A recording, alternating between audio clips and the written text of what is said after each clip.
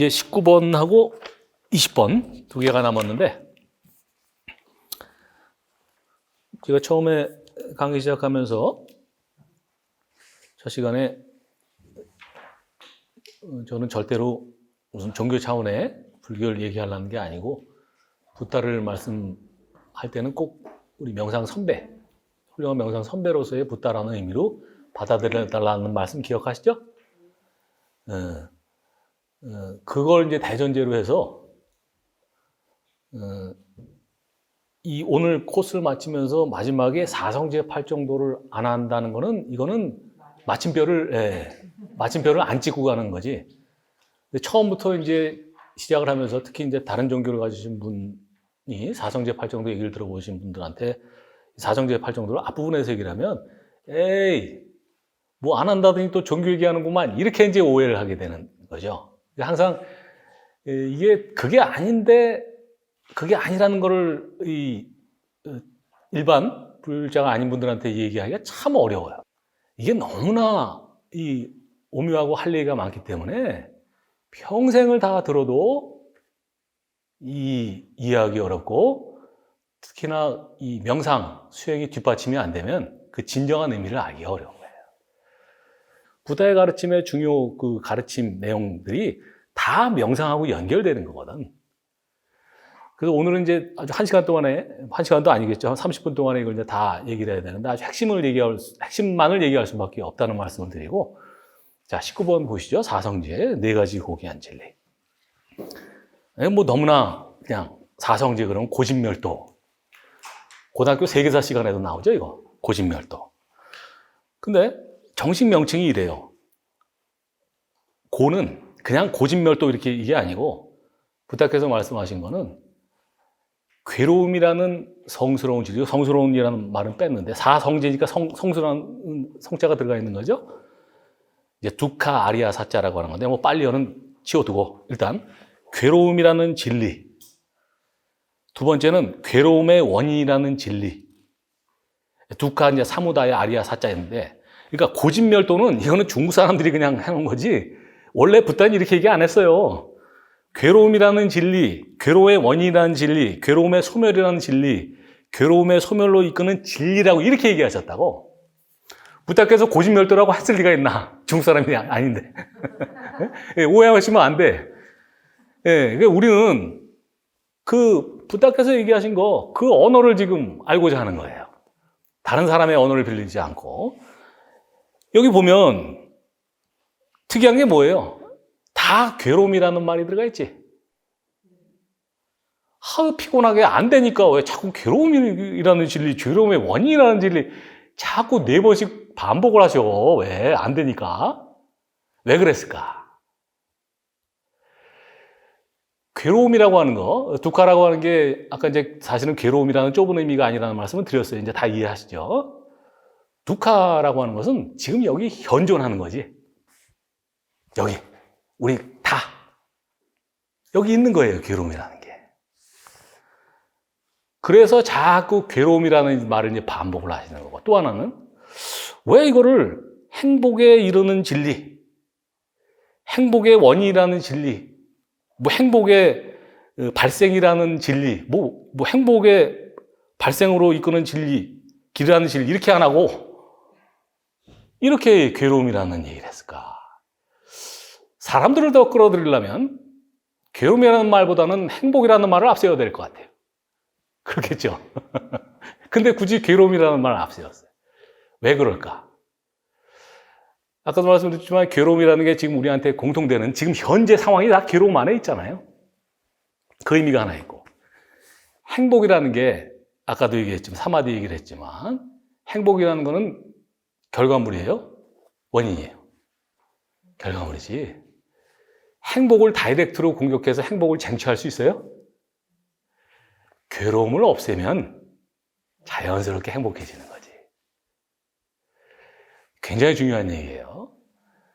사람들은, 이제 제가 아는 분도 그래요. 매일 저한테 매주 월요일마다 월요 편지라고, 나름대로 제 이제 한 5년 선배 되는데, 뭐 고등검사장 출신이에요. 맨날 뭐 이제 월요일마다 써가지고 5,000명한테 그걸 보내. 근데 계속 이제 행복 강의를 하셔. 그 지난주에는 행복의 원에 대해서 분석을 해서 이제 보내셨더라고. 행복한 사람은 행복이라는 얘기를 안 하지. 행복이라는 얘기를 자꾸 입에 올리는 거는 행복하지 않다는 거예요. 근데 그분뿐만이 아니라 일종의 행복 강박증에 걸려있지, 사람들이. 그리고 행복을 쟁취하는 거라고 생각을 해. 그러니까 돈이든 명예든 뭐가 됐든 간에 더 많이 가짐으로써 행복해진다고 착각을 하는 거예요. 부다가 얘기하는 행복은 그게 아니라 괴로움을 없애면 자연히 솟아나는 게 행복인 거지. 그 의미를 아시겠죠? 네, 아주 그 짧은 얘기지만 그 깊은 의미가 있는 겁니다. 또 여기 재밌는 게 있어요. 자, 보세요. 고진멸도라고 이제 해봅시다. 너무 기니까 고진멸도라고 줄여서 얘기해 볼게요. 자, 고진멸도 중에 고와 멸은 결과물이죠. 그죠? 지금 여기 우리 고통스럽잖아요. 네, 괴롭잖아요. 그거는 지금 현상이지만 뭐 때문에 여기 지금 괴로운 결과물이 있는 거죠. 멸은 어때요? 이게 닛반하죠? 열반이죠? 뭐 때문에 열반이 이루어지는 거지? 결과물이잖아요. 첫 번째, 세 번째 고와 멸은 결과물이고, 그러니까 두 번째, 네 번째 집과 도는 뭐겠어요? 원인이겠지. 그죠? 자, 그러니까 고의 원인이 집이고, 멸의 원인이 도죠. 그리고 계속 집이라는 원인을 만들어서 고라는 결과물을 받고 있는 것. 지금 그게 우리가 하고 있는 짓이지. 멸과 도는 어때요? 우리가 수행자로서 해야 될 원인과 결과인 거지. 자, 그러니까 정리해 볼게요. 고와 멸은 결과물이고, 집과 도는 원인이고, 고와 집은 지금 현 상태고, 멸과 도는 우리가 가야 할 것이고.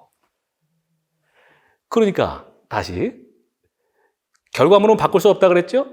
그러니까 원인은 집과 도인데, 그러니까 수행을 한다는 건 뭐예요, 결국? 집이 아니라 도를 하는 거야. 자, 우리가 통제할 수 있는 것은 결과물이 아니라 원인. 현재 짓고 있는 집이라는 원인을 도라는 원인으로 바꾸는 것이 수행인 거예요. 그리고 도라는 원인이 바로 뭐예요? 팔정도. 명쾌하죠? 그래서 결국 명상가인 우리가 해야 할 일은 팔정도의 길을 걷는 것이다. 그러니까 사성제 팔정도 얘기가 이렇게 연결되어 있는 거기 때문에 이렇게 한꺼번에 얘기를 할 수밖에 없는 거고, 그러니까 20번째 마저 얘기하고 명상을 좀 하죠. 팔정도예요. 자, 8가지 바른 길. 한번 그냥 따라해 보세요. 어려운 얘기지만. 요거를 빨리어 원어로 아리야, 한번 따라해 보실래요? 아리야, 아탕기까, 마까. 아리야, 아탕기까, 마까. 아리야는 성스럽다는 거고, 아탕기까는, 아타는 8이니까 8겹의 마까는 길. 성스러운 8겹의 길. 성스러운 8겹의 길이에요. 일단 그 네 번째 별표를 먼저 보시죠. 자, 이거 중요한 얘기예요. 자, 보세요. 팔정도의 원래 의미는 성스러운 8겹의 길. 아리야 당기까 마까. 이제 영어를 써서 미안한데 노블 에이트폴드 패스예요. 그 패스로 돼 있죠? 네. 자, 보세요. 우리가 팔정도라고 하면 사람들이 8개의 길로 생각하죠? 여기 패스 또는 빨리어 마까가 단수예요, 복수예요? 네? 패스가 그 복수예요, 단수예요? S가 붙었어요, 안 붙었어요? 안 붙었죠? 단수예요, 복수예요? 단수잖아. 중국말이나 한국말에서는 복수 단수를 별로 구별을 안 하기 때문에 팔정도 그러면 팔정도나 팔정도들이나 팔정도나 별로 다르지 않지. 팔 정도 그러니까 우리나라 사람들은 8개의 길이 있는 줄 알아. 이게 뭐예요? 성스러운 8번 접혀진 eightfold path야. 하나의 길이야. 굉장히 중요한 차이죠. 이게 단선적으로 8개의 길을 가는 것하고 하나의 길인데 8겹에 겹쳐져 가지고 그게 하나의 길인 거하고 그 의미가 같아요. 부다께서 그렇게 아리아탄기카라고 얘기를 할 때는 그 의미가 있었을 거라고. 근데 그거를 그냥 이렇게 해서 8개의 길이야 그러면 벌써 의미가 달라지는 거지. 말이 안 되는 얘기인 거지, 사실. 이런 것들 이제 다시 번역을 해내야 되는데, 그래, 8겹의 길이라고 하는 건 무슨 의미냐 하면, 이따 또 얘기하겠지만, 8겹의 길, 8번 접혀진 하나의 길이라고 할 때, 그 의미는 뭐냐면, 하나라도 찢어지면, 모자라면, 그건 완전한 길이 아니겠지. 8겹의 길이라는 의미는 8개가 서로 균형을 맞춰서 완벽하게 갖춰져야 하나의 길이 되는 거예요. 다시 말하면 균형을 얘기한단 말이에요. 그러니까 앞으로 얘기할 8개가 똑같은 정도로 다 구색을 갖춰야 돼. 아시겠죠? 네. 자, 그럼 한번 8정도를 제가 읽어볼게요. 바른 견해가 있고 삼마디티라는 건데 읽어볼게요. 일단 바른 사유, 정사유라고 그러죠. 바른 말, 바른 행위, 바른 직업, 바른 노력, 바른 마음 챙김, 바른 집중 이렇게 돼 있어요.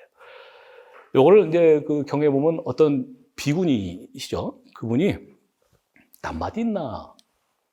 그러니까 그 부처님께 가서 8개를 사실 이게 외우기 어려워요. 일반 사람들 8개를 외우기 어렵지.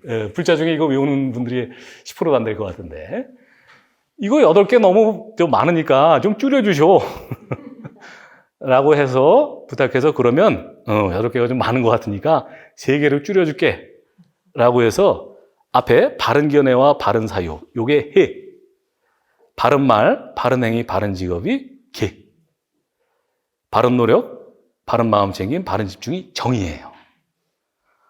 그러니까 해, 개, 정 이렇게 돼 있지. 그러니까 요걸 사막이라고 하는데 그 8정도와 사막이 다른 얘기가 아니에요. 같은 얘기를 숫자만 바꿔서 얘기하는 거죠. 아시겠죠? 자, 그러면 이걸 다 본 다음에 말씀드리는 게 낫겠다. 자, 하나씩 봅시다. 바른 견해 8정도의 시작이자 끝. 수업 중간에 제가 한번 얘기한 것 같은데 우리가 이 마음챙김 명상을 하고자 하는 목표는 뭐냐 하면 달리 얘기하면 견해를 바꾸고자 하는 거예요. 견해라고 하는 건 뭐겠어요? 달리 말하면 세상을 보는 눈이지. 세상을 보는 눈. 예를 들면 극심한 죽음의 고통을 벗어난 사람은 그 전하고 세상을 보는 눈이 달라지겠죠. 그죠? 어떤 사람은 뭐 죽었다가 살아서 나는 이제 이거는 그냥 여벌의 인생이니까 봉사를 하면서 살겠다. 이런 분도 있어요. 그 어떤 것 때문에 계기로 해서 세상을 보는 눈이 바뀌잖아요. 명상이라고 하는 세상을 보는 눈을 바꾸고자 하는 거예요. 근데 바른 견해가 왜 맨 앞에 왔을까? 그리고 지혜 종교라 그러잖아요. 부다의 가르침이. 그 맨 뒤에 와야 될 것 같은데. 우리가 명상을 처음 시작할 때, 부다의 가르침을 시작할 때, 아까 5근에서 뭐가 맨 앞이라 그랬어요? 믿음이라 그랬죠. 아무것도 모를 때 뭘 시작을 하려면, 부다의 가르침을 따라서 시작을 하려면 지적으로 뭘 얘기를 하시거나 써 있는 게 있으면 그걸 이해를 해서 지적으로 이해되는 바른 견해가 있겠죠. 그죠? 아직 체화되진 않았으나 예를 들면 뭐 죽다가 살아난 사람이 야 내가 한번 죽다가 살았는데 보니까 이 세상은 이게 그렇게 아무도 사는 게 아니야 라고 그 사람이 정말 자기 온 인생을 다해서 경험한 걸 얘기해줘도 책에 써 있어도 그걸 읽는 사람은 100% 안 와닿죠. 그러나 책을 읽으면 그런가 보다. 맞는 얘기지. 이런 정도의 견해가 바뀌는 게 있겠죠. 거기서 시작할 수밖에 없어요. 그리고 바른 견해를 시작을 해서 바른 사유, 바른 말 이렇게 쭉 해서 8개 발음 집중까지 와서 다 명상 체험을 한 다음에 수행 체험을 한 다음에 다시 그때 나한테 체화된 바른 견해가 있겠지. 아까 얘기한 죽다 살아나는 그 사람이 그런 견해를 갖듯이 그렇게 체화된, 내 몸으로 체화된 바른 견해가 있겠죠. 그러니까 바른 견해에 두 가지가 있는 거야. 시작하는 의미의 지적인 바른 견해가 있고 종착지로서의 바른 견해가 있는 거지. 그러니까 팔정도는 바른 견해로 시작해서 바른 견해로 도착하는 거야. 그러니까 아까 얘기했듯이 명상은 결국 견해를 바꾸고자 하는 얘기가 그래서 나온 거죠. 아시겠죠? 삼마디티라고 하는데, 그래서 팔정도의 시작이자 끝이다 이런 말씀을 여기 써놓은 거고, 그 다음에 두 번째가 바른 사유예요. 이게 이제 정사유 이렇게 돼 있는데, 자, 그날 이제 우리나라 이제 우리 기존에 이제 불교를 자꾸 뭐 이렇게 얘기해서 좀 미안하긴 한데, 아닌 건 아닌 거라고 말씀 이제 바르게 이제 드려야 되는데, 이게 정정진이라고 번역을 하죠 보통, 그죠? 그리고 한국말로 그냥 바른 생각 이렇게 늘 번역을 해요. 근데 바른 마음챙기 7번째 이것도 정념이니까 생각념자잖아요. 그것도 또 바른 생각이라고 번역을 해. 그럼 바른 생각이 2개 있잖아요. 2개 다 번역이 잘못된 거지. 그렇게 되잖아요. 근데 저도 그랬어요, 초심자 때. 정사유는 뭐고 정념은 뭐야? 둘 다 바른 생각이라는데 정사유하고 정념하고 뭐 다른 생각을 하는 건가? 그럴 수 있잖아요. 정념은 삼마사티라고 하는 건 뭐 제가 설명 안 드려도 이제 다 아시죠? 그건 생각이 아니에요, 그죠? 바른 사유는 뭐냐면 바른 의도. 영어로 이제 right intention 또는 right thought 이렇게 번역을 하는데 그야말로 바른 의도, 바른 생각을 얘기하는 거야. 그래서 견해가 바르면 거기에 따라서 이어서 바른 의도가 나오겠죠? 그죠? 이게 이제 이어지는 거란 말이야. 바른 의도라고 이해하시면 돼요. 그리고 우리가 신구의 삼업 얘기할 때 뭐라 그래요? 의가 제일 앞서고 의도 때문에 어떤 말이 나오고 행위가 나오잖아요. 그러니까 자연스럽게 바른 사유 다음에 바른 말이 이어지는 거야. 그러니까 말은 뭐의 표현? 의도의 표현. 이게 되는 거지. 그리고 바른 행위가 나오고 정업이죠. 우리는 업의 창조자이자 상속자, 업의 창조자이자 상속자. 이것도 중요한 얘기인데 저는 부다의 가르침을 처음 접했을 때 어느 순간 이 얘기를 듣고 어떻게 이런 말을 할 수가 있냐. 무슨 얘기냐면 보세요. 아까 업이 어떤 의도라 그랬잖아요. 뭘 하고자 하는 거. 부다의 관점에서 보면, 그리고 지난 시간에 업이 윤회한다고 그랬어요. 나의 의도는 누가 창조해요? 내가 창조하지. 그죠? 내가 창조하잖아. 내가 만들잖아요.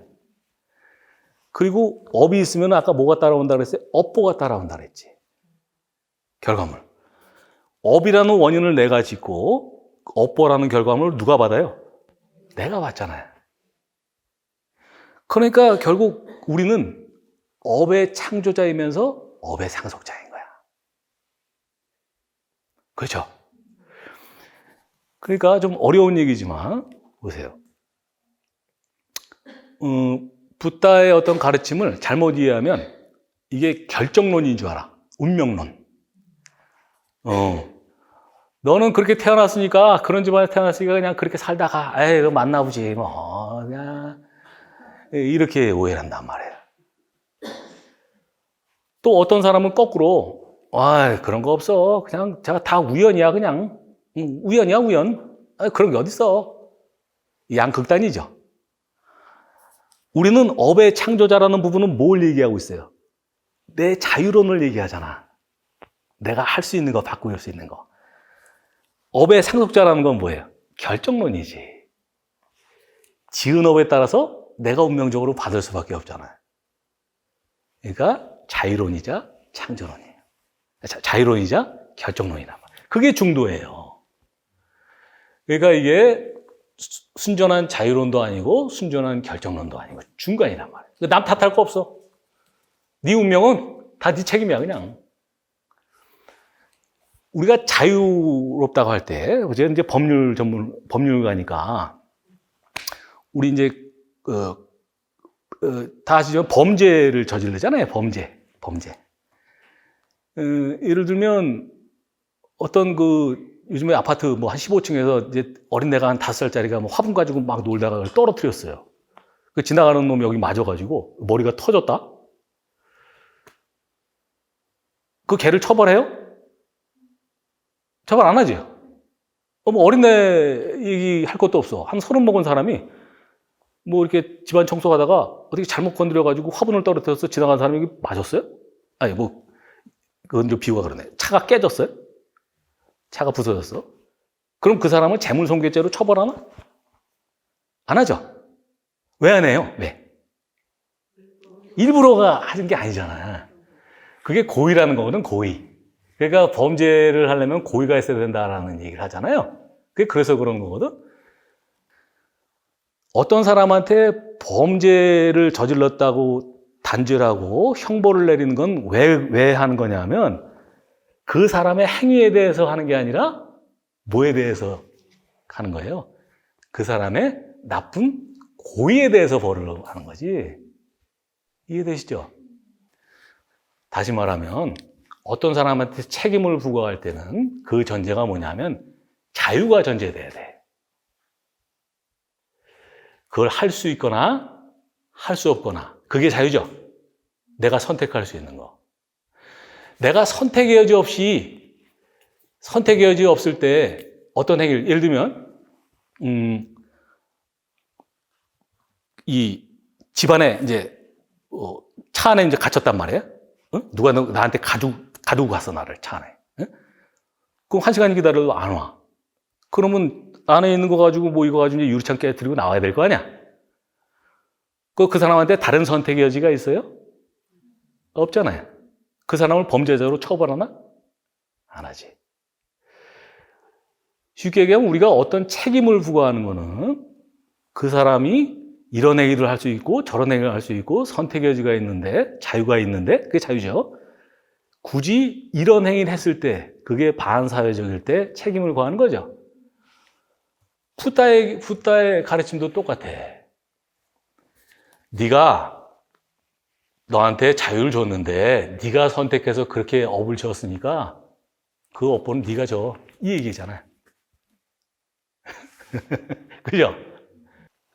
그다음에 정명인데 이것도 이제 팔정도 아시는 분들도 잘 이해를 못 하시는데 삼마 아지와라고 하는 건데 이 정명, 팔정동 중에 정명이라고 이제 한자로 번역을 하면 잘 이해를 못 하셔.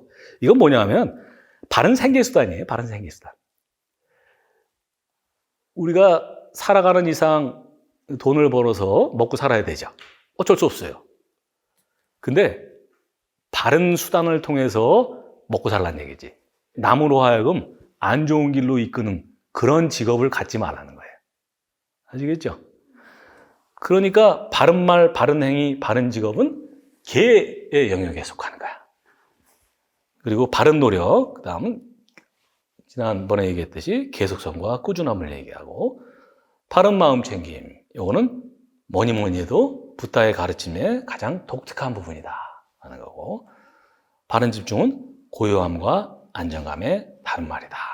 이건 다 얘기한 거고요. 자, 이제 마지막으로 이 팔정도를 보면 아까 이제 우리 사막 얘기할 때는 개정에 그러죠?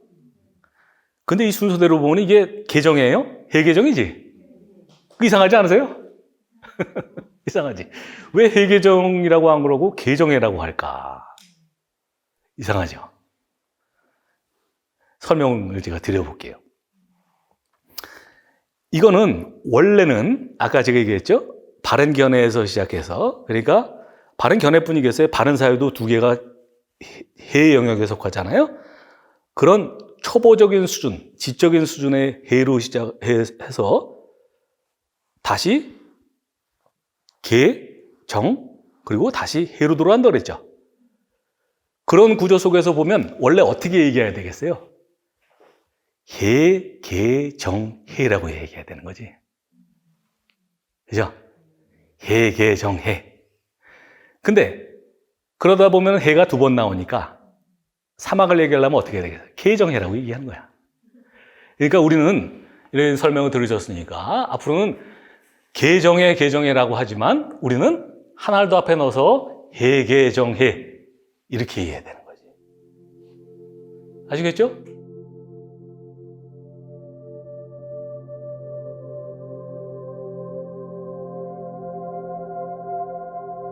몸과 마음을 최대한 릴렉스하고 턱을 약간 당기면 척추가 바로 섭니다. 심호흡을 3번 합니다. 코로 길게 들이쉬고 잠시 멈췄다가 입으로 길게 내쉽니다.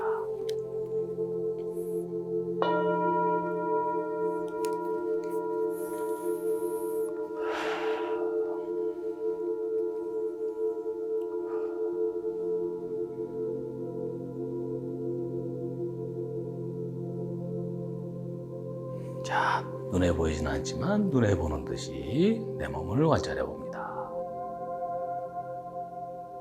머리털,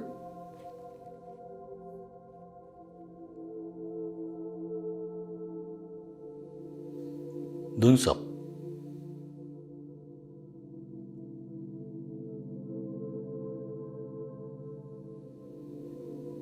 온몸에 털을 관찰합니다.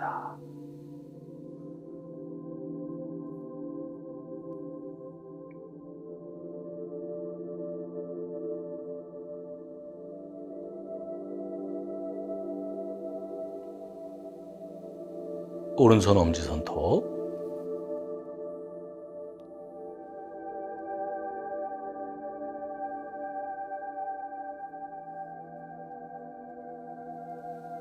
둘째 손톱,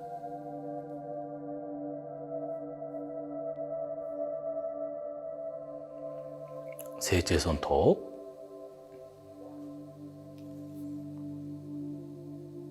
넷째 손톱,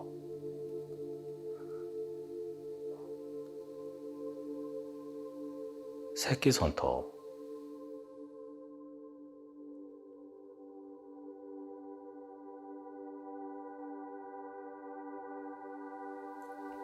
왼손 엄지손톱,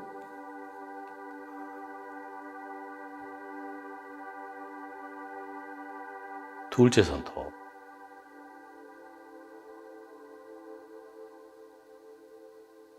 셋째 손톱,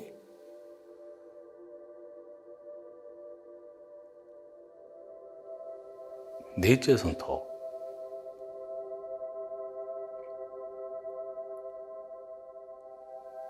새끼손톱,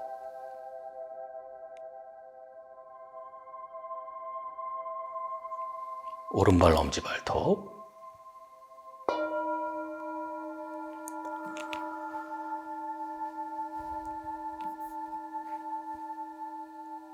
둘째 발톱,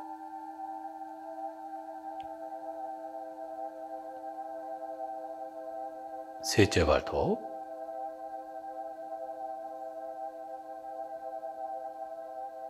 넷째 발톱,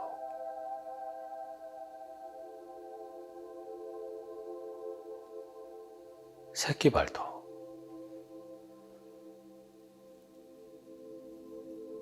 왼발 엄지발톱,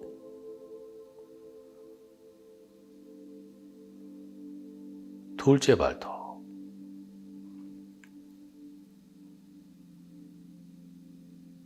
셋째 발톱,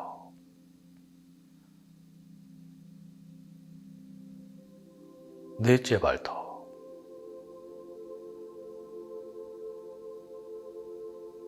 새끼 발톱, 이빨,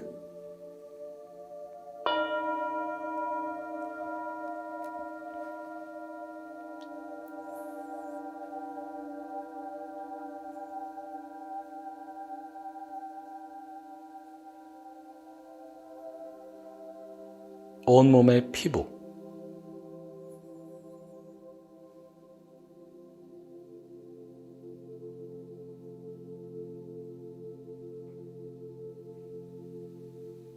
피부 밑에 근육,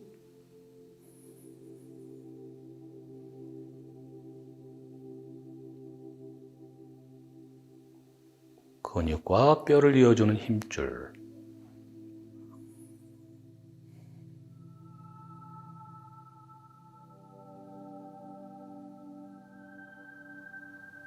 온몸의 해골,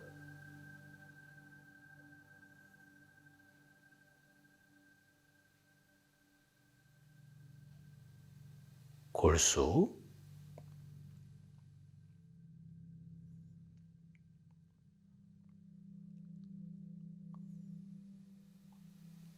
콩팥,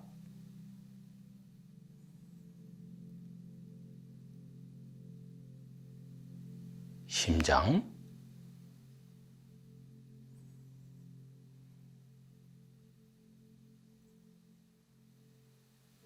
간장,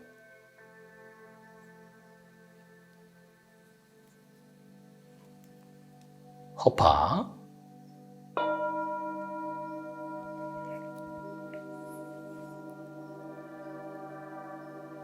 큰 창자,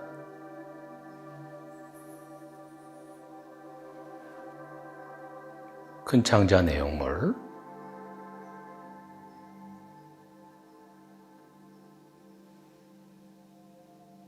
작은 창자,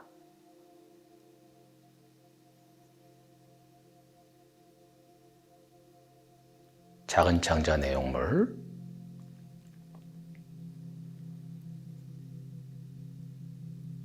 위장,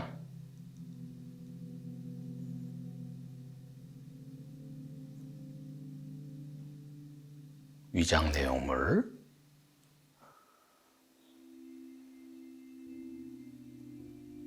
가래,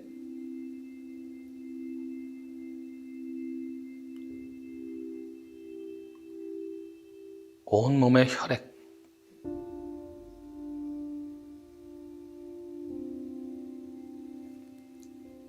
땀,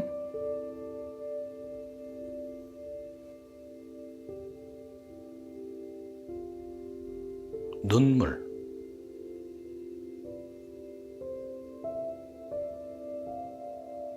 콧물,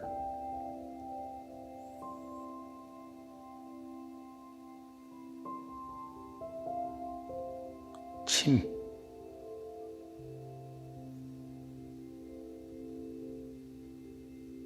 뼈와 뼈 사이의 관절액,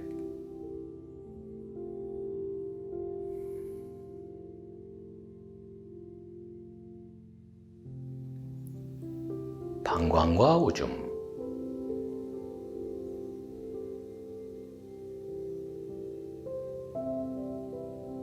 뇌,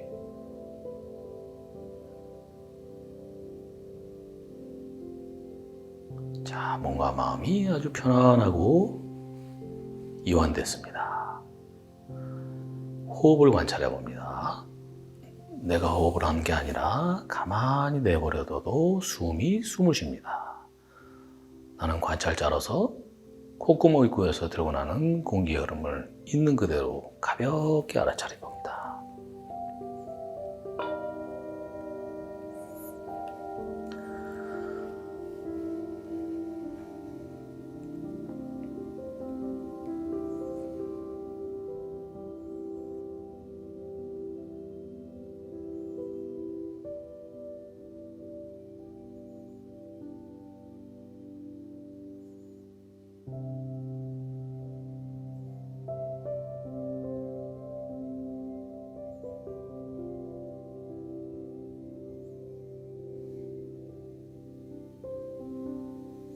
내가 숨을 쉬는 건 아니지만 콧구멍으로 숨이 들어올 때 들숨이라고 이름 붙여보고 숨이 나갈 때 날숨이라고 이름 붙여봅니다. 들숨, 날숨.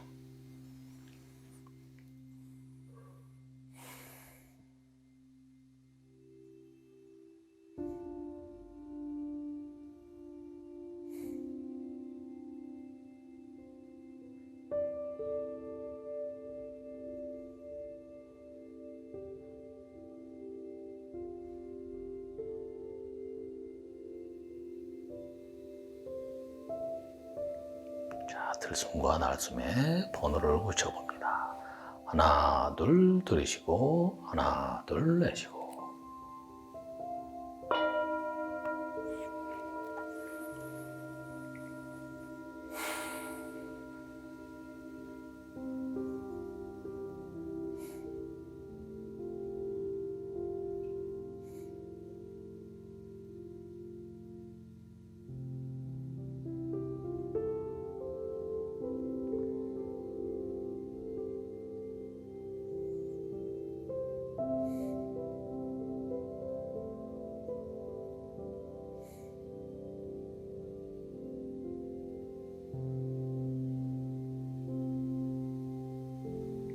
자, 이번에는 하나, 둘, 셋 들이쉬고, 하나, 둘, 셋 내쉬고.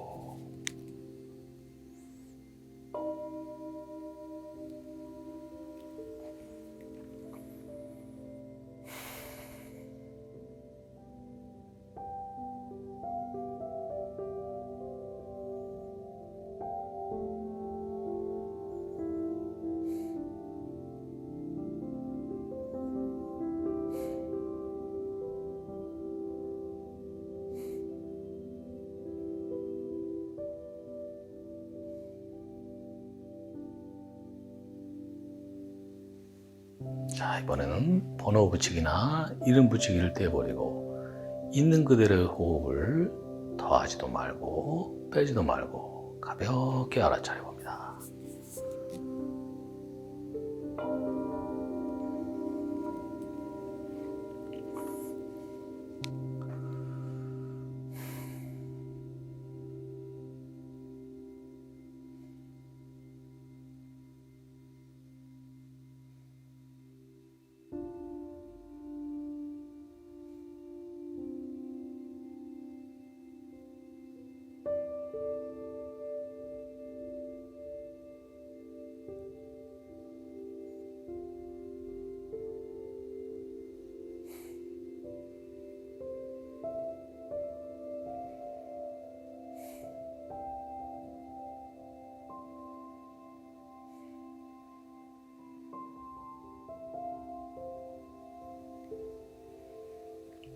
들숨은 시원하고 빠르고 건조합니다.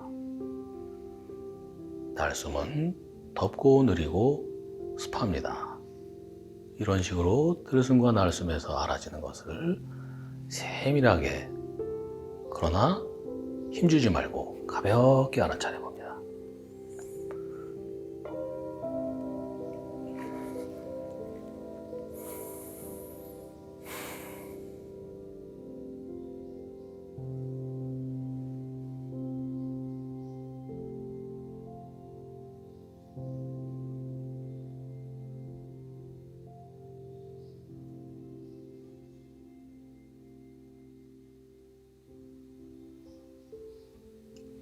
이번에는 그 알아차림을 가만히 귀 쪽으로 가져가 봅니다. 내가 들으려고 하지 않아도 귀가 열려있는 한 어떤 소리가 들려옵니다. 그것을 있는 그대로 알아차려 봅니다.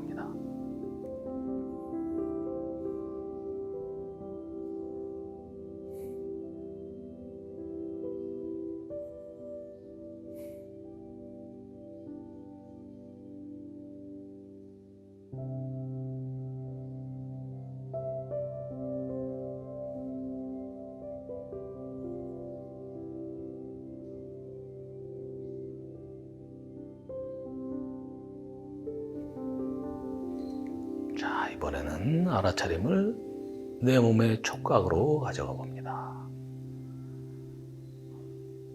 내 머리 부위에서 느껴지는 어떤 촉각을 알아차려 봅니다.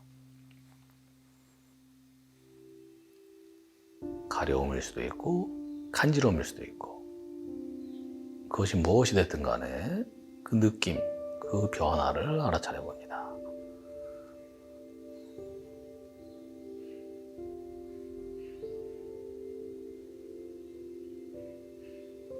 이번에는 내 몸통의 느낌을 알아차려 봅니다.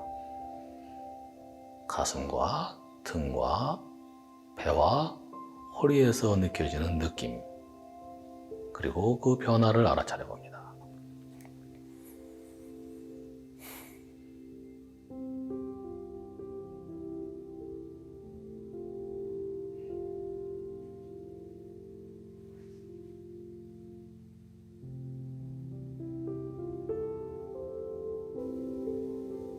이번엔 왼쪽 팔의 느낌을 알아차려 봅니다.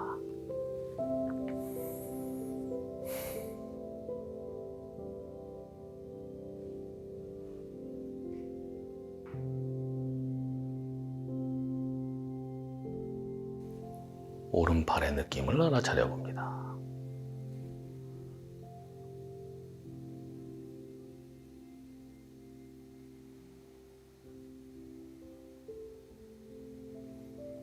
엉덩이의 느낌을 알아차려 봅니다.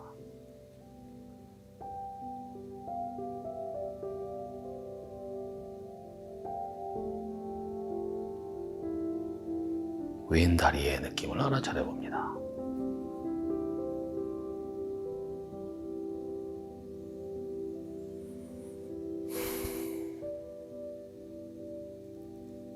오른 다리의 느낌을 알아차려 봅니다.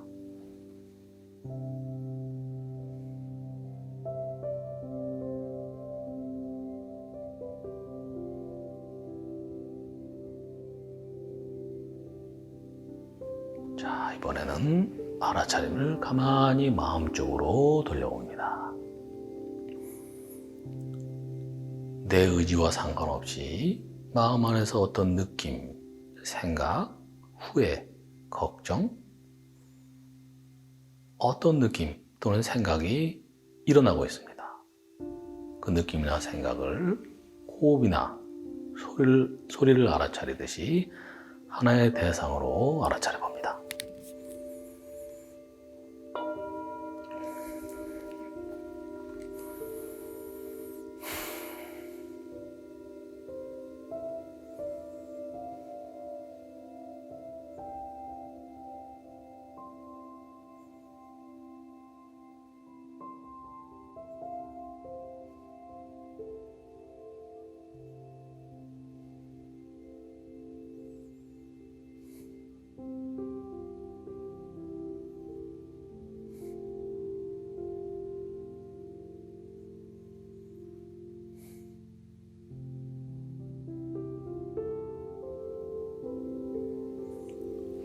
호흡이나 소리나 촉각을 대상으로 알아차릴 수 있고 그것들이 대상이듯이 느낌이나 생각이나 후회도 단지 대상일 뿐입니다. 그것을 대상으로 역시 가볍게 알아차려 봅니다.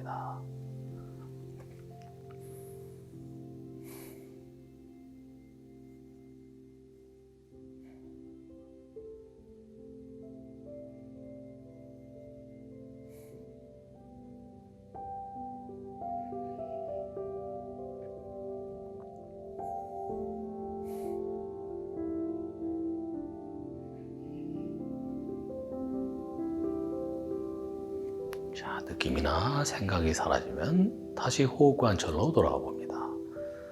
호흡은 항상 그곳에서 숨을 쉬고 있었습니다. 그 호흡을 마음이나 소리나 촉각을 알아차리듯이 있는 그대로 가볍게 만들어내지 말고 수동적으로 알아차려 봅니다.